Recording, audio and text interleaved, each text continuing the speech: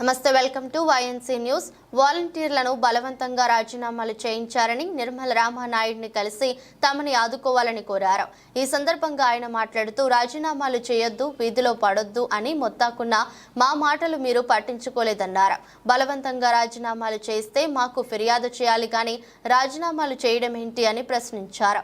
ప్రభుత్వం మారితే వాలంటీర్ల వేతనాలు కూడా పెంచుతామని, వాలంటీర్ వ్యవస్థని కొనసాగిస్తామని, దయచేసి ఎవరు రాజీనామాలు చేయొద్దని దండం పెట్టి చెప్పినా లెక్క చేయలేదన్నారు. ఇప్పుడు రాజీనామా చేసిన తర్వాత తాము మాత్రం ఏం చేయగలమని ప్రశ్నించారు. అలాగే నేను కూడా గట్టిగా చెప్పారు కదా, మరి మా మాటలు నమ్మాలి కదా మీరు. వాళ్ళు బలవంతం చేస్తే, వాళ్ళు బెదిరించి చేస్తే మీరు కూడా మాకు కంప్లైంట్ ఇవ్వాలి కదా. నేను కూడా చెప్పాను ఆ రోజు, ప్రతి ఇంటికాడ కూడా వాలంటీర్ కనిపించగల చెప్పండి, మెసేజ్ ఇచ్చాం.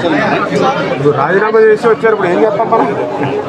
ఇక ఆ రోజు మనం చెప్పాం కదా చాలా క్లియర్గా, ఇంటి దగ్గర దండం పెట్టి మరీ చెప్పారు, చెల్లెమ్మ మీరు రాజీనామా చేయకండి, రోడ్డు మీద పడకండి, రేపు పొద్దున మన ప్రభుత్వం వచ్చాక వాలంటీర్కి శాలరీలు కూడా పెంచుతాము, రేపు మళ్ళీ ఆ 10,000 రూపాయలు అందుకని మా ఇంటికి వచ్చి అన్నయ్య మీ ప్రభుత్వం నాకు 10,000 వచ్చింది సంతోషంగా ఓ స్వీట్ ప్యాకెట్ పట్టుకుని రావాలి మీరు అని నేను అంత క్లియర్గా అర్థమయ్యే విధంగా చెప్పాను ప్రతి ఇంటి దగ్గర. చూసారు కదా నా వాయిస్ కూడా, విన్నారు కదా.